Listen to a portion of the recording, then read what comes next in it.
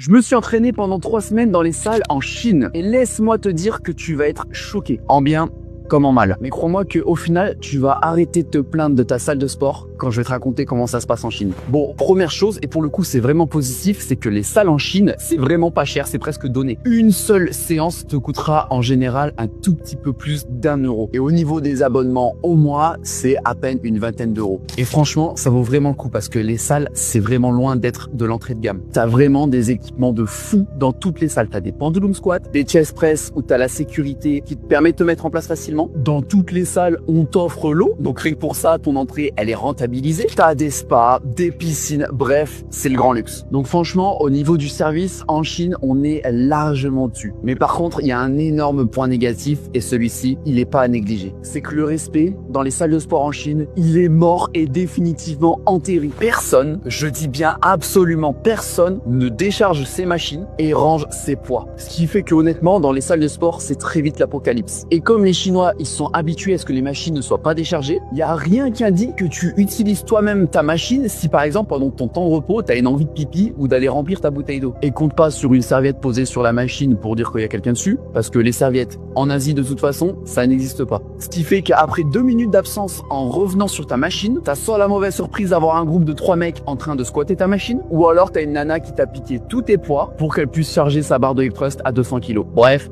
c'est l'enfer. Mais attends, parce que t'es pas au bout de tes peines, ça c'est rien. En Chine, ils fument énormément, bien plus qu'en France. J'ai jamais vu ça. Alors jusque là, tu vas me dire, bah, quel est le rapport? Eh bah, figure-toi qu'ils fument même dans la salle de sport. Pendant que toi, t'es là, t'es en train de donner ta vie sur ta série de squats, et bah, il y a quelqu'un qui fume à côté de toi. Au calme! Et ça choque personne! Bref, rien que ça m'a rendu fou, et dis-toi que t'as bien de la chance de t'entraîner dans les salles en France.